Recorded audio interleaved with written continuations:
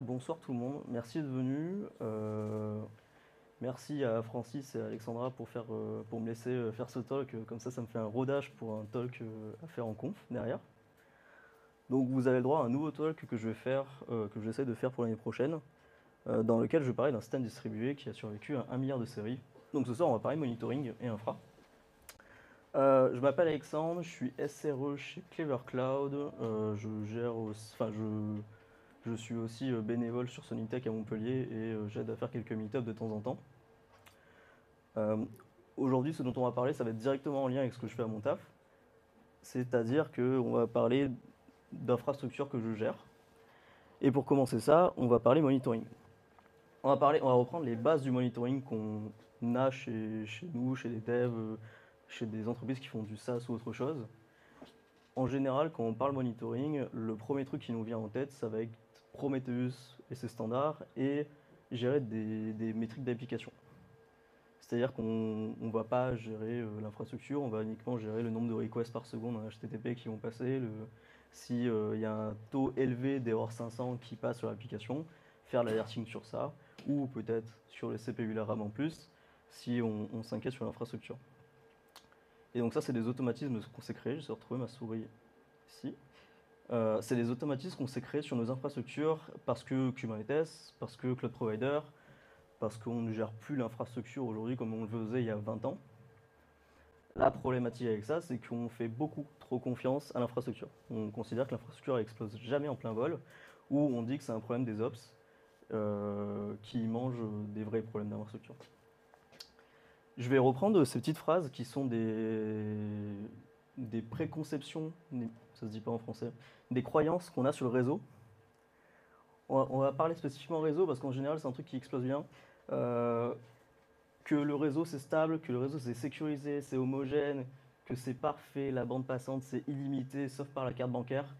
Que le transport pareil c'est un coût zéro parce qu'on a tellement optimisé la stack TCP et que c'est à côté dans le data center, que c'est sur le même serveur, des choses comme ça. On considère tout ça comme gratuit. Avec deux petits trucs à la fin, je les ai ajoutés parce qu'ils font partie de la liste, que la topologie change pas et qu'on a qu'un seul admin. Alors ça, ce que disait Sun Microsystem dans les années 90. Euh, Aujourd'hui, on considère que c'est vrai, mais ce que je vous amène à croire, c'est que c'est faux, parce que 30% de vos problèmes d'infra viennent du réseau. Et j'imagine que ça nous est à peu près tous arrivé si vous gérez du cube ou de l'infra, que vos DNS ils explosent parce que vous avez une network policy qui est mal configurée, un conflit d'IP, vous atteignez le maximum d'IP dans un réseau privé, vous vous trompez, vous faites une typo, il y a des outages complets qui sont basés sur des typos. Euh, donc le réseau c'est 30% des infra, enfin le 30% des outages. Le reste, ce sera 20% de soft qui explose parce qu'il y a des bugs, des choses comme ça. On a 18% de power qui, globalement, il y a des problèmes d'alimentation. Donc ça, c'est les décès en général qui ont des problèmes d'alimentation. Et mention spéciale pour les 10% d'entreprises qui n'ont pas de service IT pour gérer les pannes. En général, ça fait plaisir. Donc aujourd'hui, on va prendre un cas très spécifique. On va parler de monitoring au travers d'un cas très spécifique, c'est-à-dire parlant de réseau. On va chercher à analyser une topologie réseau. Pour analyser cette topologie réseau, on a besoin de métriques ou d'autres choses, mais on va se focaliser aujourd'hui sur des métriques. On a besoin de métriques de machines, d'un système distribué, d'infrastructures Kubernetes, de ce que vous voulez. On a besoin de métriques. On veut savoir comment nos machines, nos services, nos applications communiquent entre elles en HTTP, en gRPC ou encore plus bas niveau, juste du TCP, avec des protocoles que vous définissez. Et on veut comprendre comment ça fonctionne. Euh, pour ce faire, en général, aujourd'hui, on utilise du service mesh, on utilise des choses comme ça dans Cube, parce que ça simplifie la vie, ça fonctionne bien, c'est développé par des boîtes qui font bien les choses. On pense notamment à Cilium qui va faire côté réseau dans Cube et à Istio pour le côté service mesh. La problématique dans tout ça, c'est si vous devez faire de l'alerting dessus ou gérer des problématiques de réseau sans avoir Kubernetes. Parce que je travaille chez Clever Cloud et on fait du cloud on-premise. Et du coup, on n'a pas de cube parce qu'on a nos propres orchestrateurs. Pour ce faire, on commence en général par un premier truc, c'est avoir la métrique. Pour ça, il faut l'envoyer. Comment on l'envoie? Alors, on peut utiliser des outils qui existent. Là, j'ai pris l'exemple d'OpenTelemetry Network, qui est globalement un module eBPF qu'on installe et qui va scraper un peu ce qui se passe sur la machine, regarder le côté HTTP, TCP, les erreurs HTTP, des choses comme ça, et va remonter de la métrique par rapport à ça. Ça amène un souci. Si on l'installe sur chacune des machines, on va avoir une cardinalité qui va exploser à l'infini, c'est-à-dire qu'on va avoir une cardinalité de n fois n par rapport au système distribué ou au nombre de machines qu'on cherche à analyser. D'autant plus que ça augmente par rapport au nombre de métriques qu'on récupère sur chacune des machines. Mais admettons, on continue. Donc on sait analyser tout ce qui est HTTP, TCP, toutes les IP, toutes les requêtes DNS qui sont faites, absolument tout. On récupère toutes ces informations. Sûrement beaucoup de garbage, hein, on s'entend, mais dans ce cas-là, on va tout récupérer. Une autre solution, ce serait de dire, c'est en général ce qui est fait, ce que je disais au tout début, on met des métriques sur les applications. On dit le nombre de requests qui sont passés, le nombre de requests, à quel time microservice qui ne sont pas passés, qu'est-ce qui fail, etc. Donc ça, c'est comment on envoie l'information. Maintenant, la deuxième problématique qu'on va pouvoir se poser de ce côté-là, c'est comment on la récupère et comment on la store. Comment on la stocke, pardon. Donc je disais, en général, quand on pense monitoring, on pense automatiquement à Prometheus. Globalement, c'est le standard qui s'est imposé depuis peut-être les débuts des années 2020 et encore avant. Et le problème de Prometheus, alors il y en a plusieurs, on va en parler, mais le problème principal, c'est que vous avez 1 à 2 bytes par data point. Qu'est-ce que ça veut dire? Ça veut dire que pour chaque point dans une série, votre stockage moyen, c'est 1 à 2 bytes. Alors ça peut vous paraître peu, hein, mais quand vous récupérez, disons, une centaine de points toutes les 30 secondes sur une machine et que vous faites ça fois 1000, fois 10 000, vous vous retrouvez très rapidement avec des centaines de gigas par jour ou des terras par jour de data qui sont ingérés. Sachant que les technos, globalement, qui viennent améliorer Prometheus, comme Thanos, Cortex, des choses comme ça, sont à un ratio un peu plus faible. En général, ils sont sous le byte par data point, parce qu'ils utilisent de l'Avro, parce qu'ils optimisent la manière dont on stocke les informations. Et mieux que ça, c'est que Prometheus stocke sur disque, Cortex et d'autres solutions comme ça, en général, ont du tier storage ou utilisent du S3 pour stocker une partie de l'information. Donc si on continue sur les problèmes de Prometheus, mais qu'on ne se rend pas compte tellement c'est un automatisme. Voici un exemple de série qu'on peut avoir quand on fait une application Prom, enfin quand on fait une application et qu'on la monitore avec Prom. On peut avoir plusieurs fois la même série avec des labels différents, mais pour donner une information, typiquement là, le idle CPU, donc c'est le temps du CPU où il fait rien, 70% du temps. Quelle est la valeur du CPU, 70% du temps, et la deuxième, ce sera 90% du temps. Donc là, on montre que pour une métrique, on fait plusieurs fois la même chose, et pour le côté HTTP request, on va avoir à chaque fois la donnée dupliquée, parce que le HTTP request count va donner le nombre de requests qui sont passés au total sur l'application, et HTTP request latency sum va donner la latence totale de toutes les requests, et en général on fait la division des deux pour avoir la latence moyenne. Ça pose deux problèmes majeurs. Le problème, c'est que ça dépend de l'humeur du développeur. C'est-à-dire que vous avez défini que votre computation de métrique se fait au niveau de l'application. Et ça veut dire que vous récupérez autant de points et que vous créez autant de points que vous voulez au niveau applicatif. Et ça veut dire aussi le lendemain ou d'une mise à jour, vous pouvez avoir un problème qu'une série disparaît, qu'une nouvelle apparaît, qu'une valeur de bucket a changé, donc ce que je disais les LE avec les percentiles. Et la deuxième problématique, ce que je disais, c'est aussi la cardinalité. J'ai marqué quoi ensuite? L'histoire data point. Ah oui. Donc le problème principal, la cardinalité, et le deuxième, c'est que pour une métrique et le CPU idle, vous allez stocker l'information X fois du nombre de fois que vous avez de bucket. Donc là, ce sera 2 fois, toutes les 30 secondes, ou tous les intervalles que vous avez définis, et vous allez stocker 1 à 2 bytes 2 fois, et ça pour chaque application que vous répliquez, parce qu'en général, on est toujours en achat. Donc ça nous pose beaucoup de problèmes. Mais on va continuer, on avance un peu. Pour ce problème d'analyse, disons qu'on veut le grapher. Disons qu'on veut avoir le graphe qu'on avait au tout début, que je montrais de Graphanal et notre graphe avec les petits points verts. Disons que je veux le grapher. On va avoir deux nouveaux soucis. Le premier, c'est que l'API de PromQL est relativement restreinte. C'est-à-dire que vous avez une vingtaine de fonctions. Globalement, vous faites un RAID, donc vous faites ce qui se passe, qui change de la valeur toutes les secondes. Vous pouvez faire des divisions, vous pouvez regarder sur les 5 dernières minutes, des choses comme ça, filtrer par des labels. C'est simple, c'est sympa pour du monitoring de base. Maintenant, vous faites de l'analyse de données un peu plus poussée, du genre analyser le trafic réseau d'une infrastructure gigantesque. PromQL, il va être un peu en PLS et il va pas savoir quoi faire.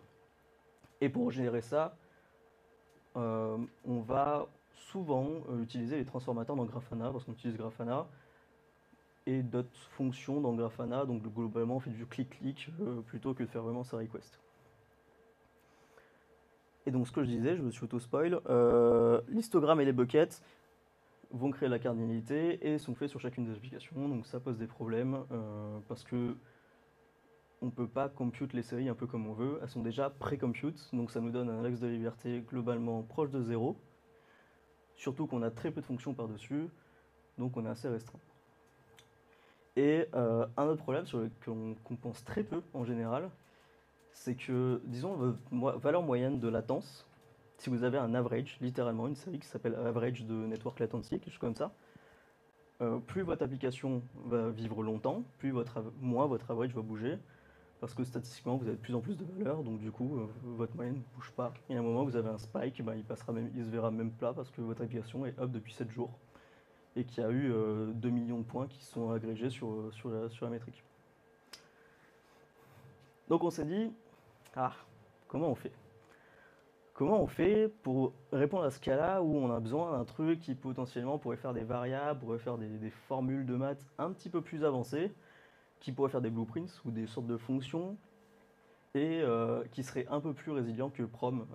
C'est-à-dire que Prom, il n'y a aucune achat, il n'y a aucune tenancy, aucune authentification, c'est open bar. Globalement, on prie que le network fasse son travail pour gérer le problème de sécurité, donc de la sécurité périmétrique. Comment on peut faire? Est-ce qu'il y a un truc qui existe et qu'on peut utiliser pour améliorer notre manière d'analyser de la data, enfin de la métrique?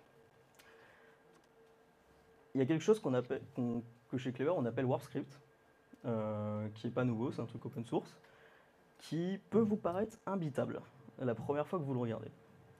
Imbitable et pas trop en même temps, parce qu'il y a les mots-clés que vous voyez qui sont globalement lisibles. Enfin, faire un fetch, vous voyez à peu près ce que c'est. Vous voyez que c'est et vous voyez un reduce percentile, vous comprenez le mot percentile. Les grandes lignes de ce que vous voyez là se comprennent. Et donc ça, c'est ce qu'on utilise chez Clever, qui est un truc qui nous permet de faire la recherche de data beaucoup plus avancée.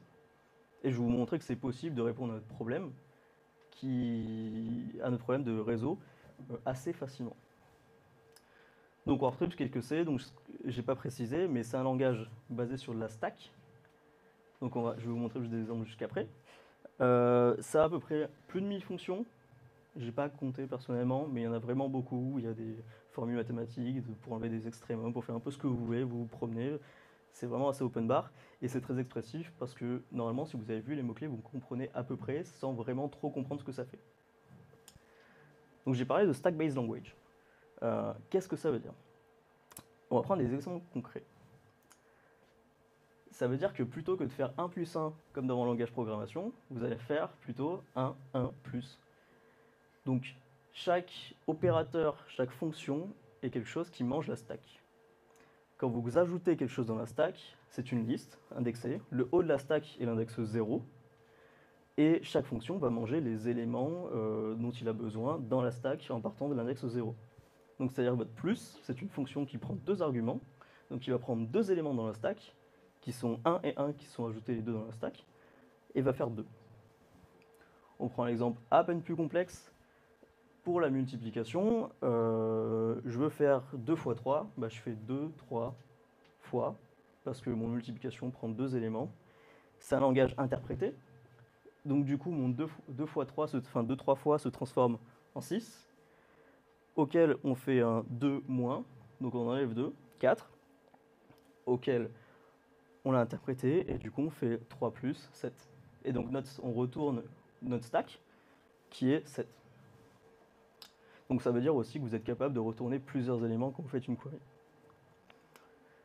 Maintenant, si on avance un peu, on parle des tableaux. Il y a un mot-clé que vous avez peut-être vu dans l'exemple que j'ai montré tout à l'heure qui était swap.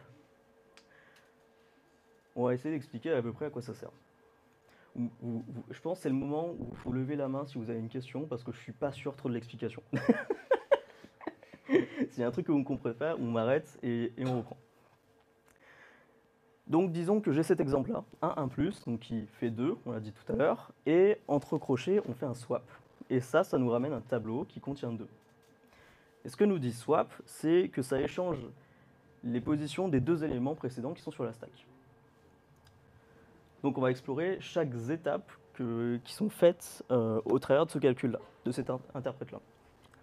On commence avec 1 et 1 plus, qui nous fait 2, donc on rajoute sur la stack 2, et on interprète l'ouverture de tableau. Donc ça veut dire que notre stack contient désormais en index 0, parce qu'on est au haut de la stack, le tableau, c'est le dernier élément qui a été interprété, et le deuxième, c'était 2 qui était déjà là. Maintenant, si vous vous rappelez, swap, ça échange les 2 éléments qui sont sur la stack. Donc, assez bateau, on prend les 2 éléments, on les swap.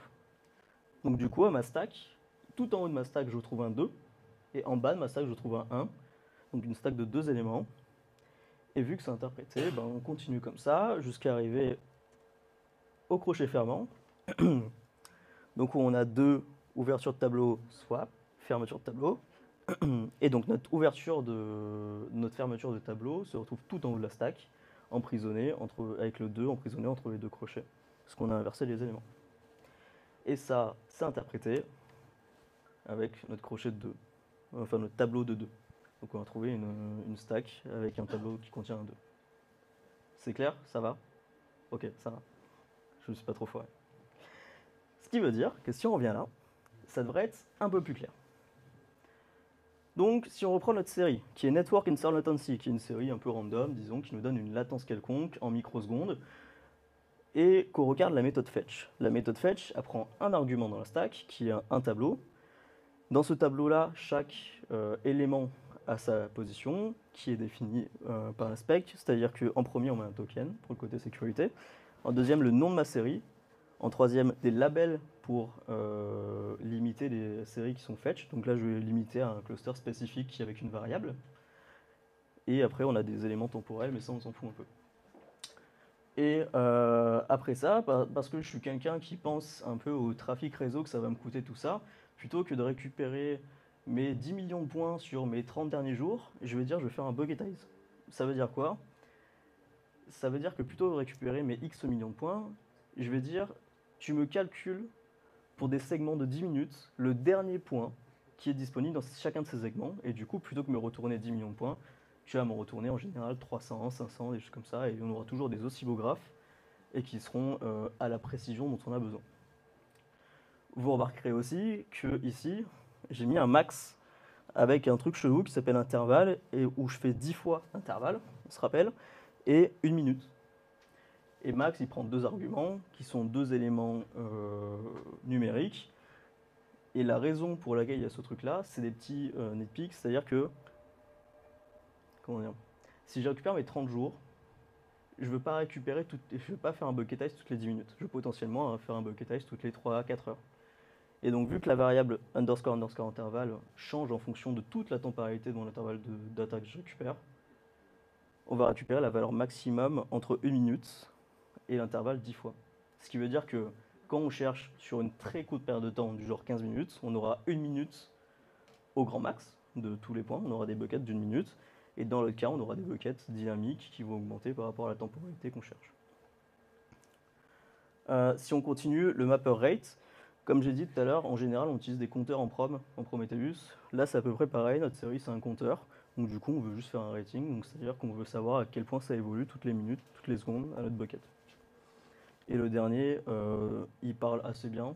On prend toutes les séries, donc c'est-à-dire qu'il y a peut-être 1000, 2000, 3000 séries, et on va dire, tu me récupères le P99, donc la valeur à laquelle on a 99% des valeurs. Et en général, ça se passe bien. Mais ça ne répond pas trop à notre problématique. Là, tout ce que je vais vous montrer, c'est que globalement, on fait un fetch et on affiche le P99 de notre latence. Donc on prend toutes nos machines et on dit, c'est quoi la latence 99% du temps? Pour répondre à ça, je vais vous montrer un truc un peu plus avancé. Ça va jusque-là? Il y a pas de problème sur le script, ça va? Ok. On prend la même base, on s'arrête à map, et on modifie quelques éléments. On ajoute un truc qui s'appelle filter, qui va permettre de récupérer uniquement des séries qui matchent un critère. Donc là, j'ai dit, tu me récupères uniquement des séries qui ont des points, qui ont au moins un point au-dessus de 200 000. 200 000 parce qu'on a une série qui est en microsecondes, et du coup, on veut des métriques au-dessus de 200 ms. On veut savoir toutes les séries, toutes les machines qui communiquent au-dessus de 200 ms, parce qu'on se dit, ça sent pas bon quand on est au-dessus de 200 ms. Surtout qu'en général, on est au-dessus des 5 ms entre DC, on rajoute un peu de stack, on est dans les 10-15 ms. Et on fait un autre truc. Parce que vous avez récupéré votre série, mais maintenant, il faut pouvoir les comprendre et pouvoir les lire. Pour ça, un truc que PromQL ne vous permet pas, encore une fois, c'est de faire des for loops et de faire des maps dans votre query. C'est-à-dire que là, tout ce qu'on dit, c'est tu me prends ma liste, donc lmap pour list map, parce qu'on a une liste de séries. Tu me prends ma liste, et dans chacune des itérations de la liste, il va ajouter dans la stack ma série, que je stocke dans une variable qui s'appelle GTS. Donc GTS, c'est pour GeoTimeSeries, c'est globalement le nom qu'on utilise pour dire une série, simplement, à laquelle on dit à chaque fois, vu que stocker la variable a enlevé la stack, on remet la série dans la stack, on récupère ses labels, on prend sa source, on la stocke, on fait pareil avec les destinations, et après ça, on remet la série dans la stack parce qu'elles ont été consommées à chaque fois, et on dit, bah, tu me fais juste une concaténation de ma source, de ma destination, tu me fais des plus, et tu me renommes ma série. Donc plutôt que ma série s'appelle Network Latency, Network Answer Latency, elle va s'appeler désormais machine X vers machine Y. On marquera aussi un autre détail. Donc ça veut dire que là, toutes nos séries ont été renommées, toutes nos séries qui matchent ont été renommées. Mais on remarquera un deuxième détail, qui sera les labels. J'ai plus mis cluster, parce que c'était trop long, et j'ai remplacé avec src et dest. Donc j'ai remplacé avec un sélecteur qui dit que tu me sélectionnes toutes les séries qui ont au moins le label source et destination. Et il y a un tilt avec un point étoile. Ça veut dire que je peux faire des regex dedans. Ce qui est pas mal pratique quand vous voulez sélectionner X machines qui correspondent à ce nom ou encore ce nom. Petit détail, mais qui fait sa différence quand on cherche des gros volumes de data. Exécuter ça, ça nous retourne ceci dans un code exemple. Cette structure-là, qui est en général pas du tout ce que vous voyez sur Prom, mais qui est assez ressemblant. C'est-à-dire que vous avez votre class name, que je disais tout à l'heure, on a renommé notre série en disant machine A, machine B. Donc ça veut dire que là, on a un problème entre la machine A et la machine B. Et j'ai pas précisé, mais évidemment, ce qui est retourné, c'est juste visuel. C'est-à-dire que c'est pas modifié dans le stockage le nom de la série. On a derrière nos labels que je disais tout à l'heure, donc source, destination, donc machine A vers machine B. On a d'autres éléments dont on s'en fout un peu, et après on a le V qui correspond à nos valeurs de la série. Donc dans ce cas-là, dans l'exemple que j'ai fait, j'ai dit que sur la seconde ou la microseconde 0, on était à 200 000, sur la microseconde 1, on était à 250 000, etc. etc. Et donc notre filtre s'est bien validé pour dire « Ah, ma série est au-dessus de 200 000, au-dessus de 200 ms, c'est chelou, on va la récupérer. » En tout cas, du JSON, c'est sympa, mais ça serait mieux d'avoir un truc un peu plus graphique quand on est un ops, ou quand on est quelqu'un qui n'aime pas se prendre la tête. Ça s'appelle des graphes sur Grafana. On peut se poser la question de est-ce que c'est possible d'utiliser sur Grafana? Oui. On maintient chez Clever la data source et le plugin qui permet de gérer ça. Et ça marche merveilleusement bien parce qu'on a très peu de transformateurs et de trucs chelous à faire avec Grafana. Et on peut globalement customiser à peu près tout ce qu'on veut niveau série, faire des switches et plein d'autres cas avancés auxquels on peut penser. Globalement, un des cas auxquels je pense principalement, c'est qu'on veut faire de l'alerting typiquement sur on a perdu une machine, on ne sait pas exactement laquelle, mais à peu près au niveau, on veut juste savoir dans le graphe qu'on a perdu une machine. Donc on veut voir qu'un truc qui passe de 0 à -1 parce qu'on a perdu une machine. Et bien ça, prenez la série, le premier, dernier point, vous faites une soustraction et vous regardez ce qui change et puis basta quoi. Enfin, vous comptez le nombre de séries, vous regardez le nombre de séries qui manquent. Et voilà, vous savez le nombre de points que vous avez perdu, le nombre de machines que vous avez perdu. Vous vous posez sûrement la question, maintenant, comment on l'utilise et est-ce qu'on peut l'utiliser? Oui et non. C'est-à-dire que le point principal, c'est que ce truc-là va remplacer toute votre stack Prometheus parce que c'est en fait embedded dans une time series database, donc par-dessus notre techno, où tout est optimisé aux petits oignons pour correspondre à ce truc-là. Parce que ce que j'ai pas dit non plus, c'est que on peut faire un fetch simple, on récupère tous les points. Mais on peut aussi dire, tu me récupères un point toutes les minutes, mais directement dans le fetch et pas dans le filtre. Ce qui veut dire que plutôt de récupérer 100 000 points, je vais en récupérer 10 000, mais de manière pseudo-random, et on s'en fout en fait que ce soit parfaitement dans la temporalité, parce qu'il y a tellement de points que ça se vaut même plus. Donc ça c'est le premier cas, donc ça remplace votre stack. Ça veut pas dire que c'est incompatible, ça veut juste dire que vous avez un peu de travail à faire entre les deux. Donc typiquement, nous on utilise Telegraph pour exporter des métriques. Donc Telegraph qui prend juste les métriques de la machine, les envoie quelque part. On a une node-put, enfin une sortie, qui va être notre système sous un format qui va correspondre à ça. C'est un format qui est très proche de Prometheus et de son standard, mais un peu plus précis et avec quelques options en plus. Le deuxième point, c'est que c'est pas fait pour le cloud. Ça, c'est assez con et c'est pas mal le comble quand on est une boîte de cloud. L'idée principale de ce projet-là a été faite pour de l'IoT et pour de l'industriel. C'est-à-dire que c'est fait pour tourner dans les sous-marins nucléaires, pour tourner dans des usines de production et pas pour tourner dans le cloud. Le truc, c'est que ça marche plutôt bien dans le cloud. Ça n'a pas été construit pour ça, mais ça marche plutôt bien et ça dépote pas mal pour gérer le volume de données qui était dans le titre du talk. Si on avance, la techno que vous allez avoir besoin, ça s'appelle Warp 10. Warp 10, ça a été créé il y a plus d'une dizaine d'années, peut-être un peu moins je crois, par quelqu'un qui était chez Google et qui a expérimenté le Monito chez Google. Et WarpScript est inspiré de ce qu'il a vu chez Google. Donc globalement, si vous pensez que vos cloud providers préférés en général utilisent les technos qui vous vendent, désolé, c'est un mensonge. Si vous vendent du Kafka, c'est pas du Kafka. Si vous vendent du Cube, c'est pas du Cube. En général, c'est des trucs tweakés à la mort par les devs en interne pour correspondre à leurs besoins. C'est notamment le business de Confluent qui fait du Kafka en cloud et en général, ils ont recodé tout pour faire un peu le truc maison plus optimisé et correspondre à des gros volumes de data. Donc ça, c'est la première techno. Sachant que cette techno-là, globalement, il n'y a pas de documentation parce que c'est pas fait pour du public. Le projet open source, mais le code égale la doc. Vous allez adorer ça. C'est distribué, donc c'est-à-dire que c'est résilient, ça tient pas mal le pavé, et pour une raison simple, c'est parce qu'il ne stocke aucune donnée. Warp 10 en lui-même ne stocke zéro data. Tout ce qu'il fait, c'est du processing. Donc il va gérer votre source script, il va gérer l'ingestion de points, mais tout le stockage derrière, il va le dédier à FondationDB. Alors, est-ce qu'il y en a qui ont entendu parler de FondationDB ou pas du tout? Ouais, bon, ceux que je connais quoi. Ok. FondationDB, pour le dire simplement, c'est la base des métadatas iCloud, Datadog, Snowflake.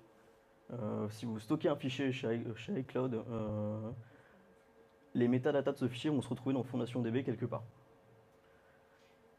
Globalement, ce projet a été créé dans les années 2010-2012, et avant de faire ce truc-là, ils ont commencé à dire, avant de faire une base de données, on va créer un simulateur. Et ça veut dire quoi? Ça veut dire que avant de dire on va stocker de la data, on va dire on va pouvoir gérer le temps, le disque et le network de manière simulée. Pourquoi?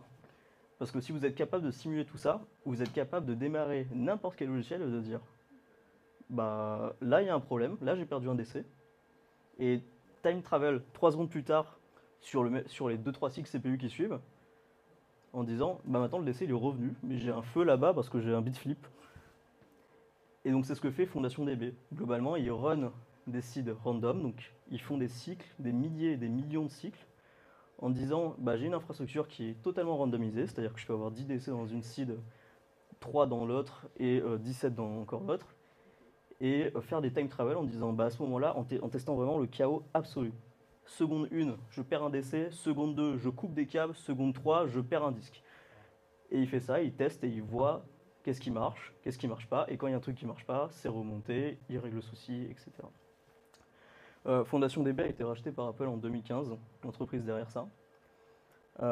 Et globalement, maintenant, les maintainers, c'est Snowflake et Apple qui gèrent ce projet-là. Nous, on maintient le binding Rust pour communiquer avec la base de données. Parce qu'en général, les projets qu'on fait par-dessus, c'est en Rust. Et le dernier truc important que j'ai pas dit, c'est que FondationDB, c'est un KV store. C'est-à-dire que vous avez tout ce qui stocke, c'est une clé, une valeur. Votre clé, c'est des hexadécimaux, enfin c'est des bytes, juste, classique. Votre valeur, c'est pareil. Il ne comprend pas les strings, il ne comprend pas les ints, il ne comprend rien. Tout ce qu'il dit, c'est du binaire, tout est binaire. Donc du coup, vous faites un peu ce que vous voulez. Vous avez 5 commandes, je ne me trompe pas. Get, getRange, set, clearRange, 4. Du coup, vous avez 4 commandes et vous vous démerdez avec ça. Donc ce qui veut dire que quand vous voulez construire et utiliser cette base de données, vous devez construire tout par-dessus. Alors ça demande du travail. Par contre, ce que j'ai dit pour la simulation, ça veut dire que c'est une base de données qui tient le pavé. Et si vous voulez en apprendre plus sur la simulation, je vous invite à regarder ce talk qui date de 2014 par l'un des devs de Fondation. Toujours valable, simulation déterministe, c'est cool à voir. Pas de souci. Pour résumer, ou pour rajouter les éléments que j'ai oubliés, si on prend Warp 10, on a le WarpScript que j'ai présenté tout à l'heure, on a des concepts de runners, c'est-à-dire qu'on a des concepts de trucs qui peuvent tourner, enfin de faire un task scheduler. Donc disons que vous voulez réduire la résolution de votre système et de votre métrique toutes les 10 minutes ou toutes les heures pour éviter de stocker des terras de data. Vous pouvez le faire en runnant des trucs qui réécrivent les séries en continu, qui remove de la data. Plus que ça, c'est efficient, donc c'est-à-dire que ça va être super efficace à gérer des dizaines de millions de lectures par seconde et des millions d'écritures par seconde. Forcément, c'est scalement en écriture qu'en lecture, vu que ça prend les SSD. Le dernier point dont j'ai vite fait parler, je vous ai parlé de token tout à l'heure. Le système de tenancy est globalement assez complexe, mais facile à prendre en main. C'est-à-dire que vous allez avoir un système à peu près comme les macarons ou comme les biscuits, pour ceux qui connaissent. C'est-à-dire que vous pouvez contrôler tout ce que l'utilisateur a le droit de faire ou non. Et ça fonctionne particulièrement bien à partir du fait que vous avez une ségrégation entre l'écriture et la lecture. Donc quand vous faites un read-write, vous avez besoin de 2 tokens pour fonctionner. Ce qui veut dire que votre appareil IoT, vous pouvez dire il peut écrire, mais il ne pourra jamais lire. Et pire que ça, il ne pourra jamais supprimer lui-même. Il ne pourra jamais supprimer sa propre data. Une fois que c'est envoyé, il se démerde. Et côté FondationDB, donc c'est distribué. Alors globalement, l'overhead que vous avez à avoir quand vous allez créer votre premier cluster Fondation, ça va être 300 Go de RAM. Après ça, c'est que du bonheur, vous avez peu de maintenance. C'est ordonné. Alors ça, c'est super important. J'ai dit que c'est un key value, c'est en hexa. C'est ordonné, donc ça veut dire que globalement, vous pouvez faire des optimisations de recherche et d'écriture sur la base de données à partir de cette information-là. Acide, là c'est le truc atomique, consistant, isolation et durabilité. Globalement, ça veut dire que votre data, vous êtes à peu près sûr que quand vous faites une écriture, c'est écrit, ça n'a pas été erased par quelqu'un d'autre entre temps, sinon ça vous pète à la gueule. Et scalable, c'est évident, à une limite simple, c'est 100 Tera de data max par cluster. Pour une raison à la con, c'est que la simulation a une limite. Le nombre de. Apple a ses propres machines de simulation pour run la simulation, mais ça prend beaucoup de RAM. Et ils ont dit on arrête de faire des tests de simulation à partir de 100 Tera. Donc la base de données peut théoriquement fonctionner au-dessus de 100 Tera, vous n'avez aucune garantie que ça fonctionne. En dessous de ça, ça va. Pour continuer sur Warp 10, j'ai assez peu parlé d'infra derrière tout ça, j'ai commencé par le WarpScript. L'infra est relativement simple. Vous avez vos LB au tout début, et je vous ai dit on a le chemin d'écriture et de lecture qui sont totalement différents. On va commencer par l'écriture. Vous passez par les ingress, qui globalement reçoivent vos points et disent ok c'est bon j'ai bien reçu le point, et qui derrière vont le forward à Kafka. Kafka, pour ceux qui ne connaissent pas, c'est juste une grande message queue, donc du coup on envoie des petits messages et en fait il les stocke jusqu'à ce que quelqu'un les lise de l'autre côté. Donc il l'envoie dans Kafka et la raison pour ça, c'est qu'il utilise Kafka comme buffer du coup, c'est que dans le cas où FondationDB tombe, on veut perdre aucune data, donc on utilise un buffer en plein milieu. Et pourquoi FondationDB peut tomber? Pour une raison simple, c'est vous perdez une machine, il va avoir un process de réélection. Donc il va dire toi tu fais ça, toi tu fais ça, toi tu fais ça, et les disques il les touche pas, mais tout le reste il bouge, et donc du coup il va y avoir quelques secondes où il va dire je suis en train de travailler, je passe en read only, vous attendez. Donc à ce moment-là, le Kafka sert juste de buffer, quelques secondes, quelques minutes, des choses comme ça. En général, ça dure pas très longtemps. Ou si vous avez un vrai outage, là vous avez explosé la base de données. Et donc l'élément en fait du store est assez simple à comprendre, tout ce qui fait lire, écrire, bateau. J'ai pas précisé, évidemment, le Kafka c'est du Swift et c'est de la data chiffrée, tout ça, tout ça. Et ensuite, vu que je vous ai dit que c'était ordonné, etc., tous les trucs de key value, machin, on va pas stocker directement la série dans FondationDB. On va stocker un hash de la série. Donc on va créer un hash unique pour chacune des séries qui prend un peu de temps parce que vu qu'on veut gérer des millions, des milliards de séries, on veut globalement un truc avec la plus faible probabilité de collision.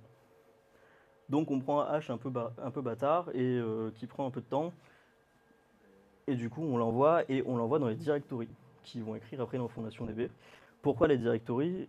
Les directories sont l'élément globalement qui vous fait dire cette série-là que tu m'as écrit dans une string standard, ça veut dire ce hash-là, et je t'empêche de prendre plus de 300 millisecondes pour aller calculer le hash de chacune des séries, ce qui optimise absolument toutes les requêtes.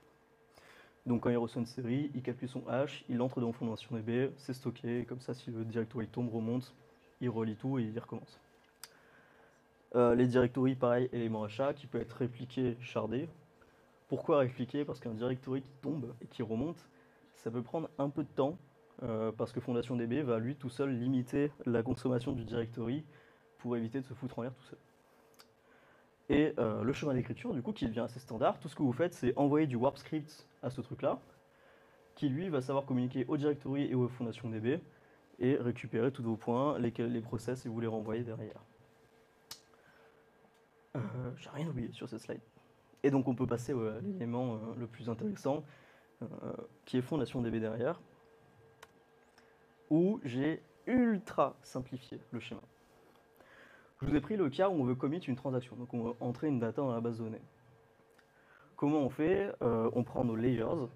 Donc dans le jargon de FondationDB, tout ce qui est au-dessus de Fondation et qui va stocker la data structurée dans Fondation, on appelle ça des layers.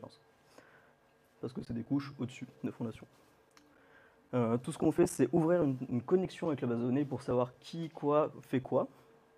Et pour ça, on parle au coordination plane, qui sont plusieurs composants différents à l'intérieur.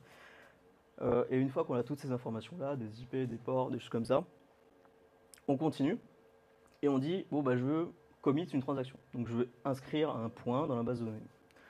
À partir de là, on parle à un truc qui s'appelle le Transaction Processing System, qui pareil, plusieurs éléments à l'intérieur, qui va faire plusieurs choses.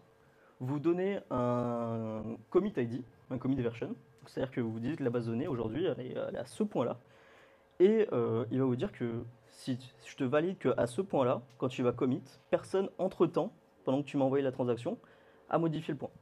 Des gens ont peut-être lu, personne l'a modifié, c'est sûr. Sinon il va te reject, vous faites un retry et ça recommence. Et une fois que c'est fait, vous touchez jamais, enfin votre layer, vous considérez que c'est OK, tout va bien.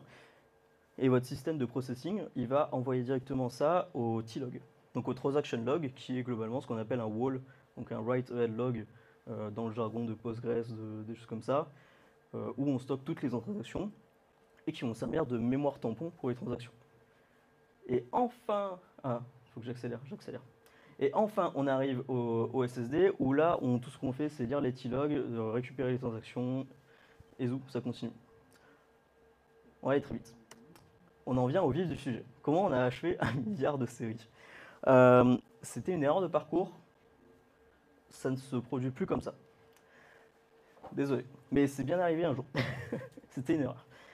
Ça veut dire vraiment une mauvaise gestion de la data. Je vous ai dit au tout début de talk, je travaille chez Clever Cloud, on fait du cloud, on a beaucoup de cas d'usage de la métrique pour plusieurs raisons.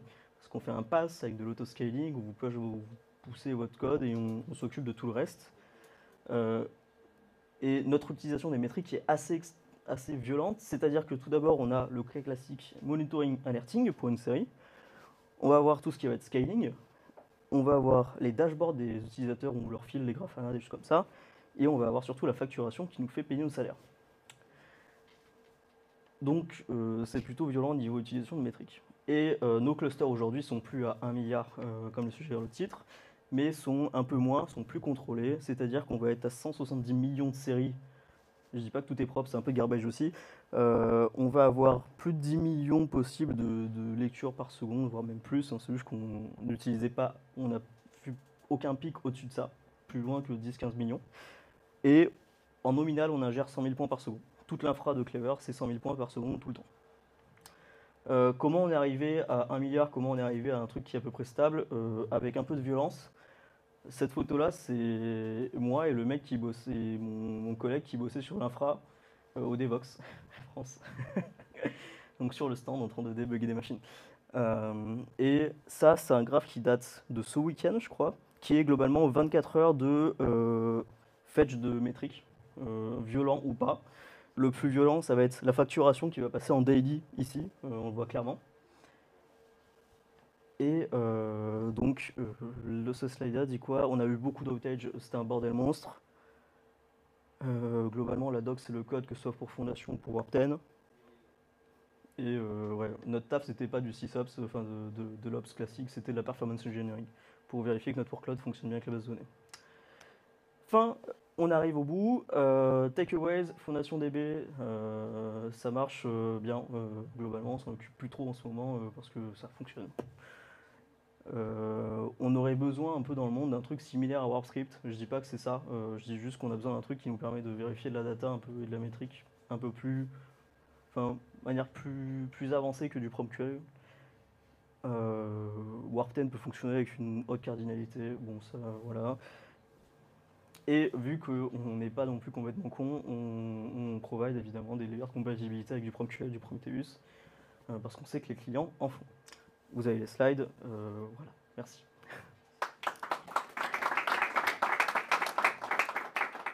Et je crois qu'on n'aura peut-être pas le temps pour les questions, on en discutera tout à l'heure autour de la pizza. On va en prendre une ou deux. S'il y a une vraie question. Nickel, c'était super clair, merci.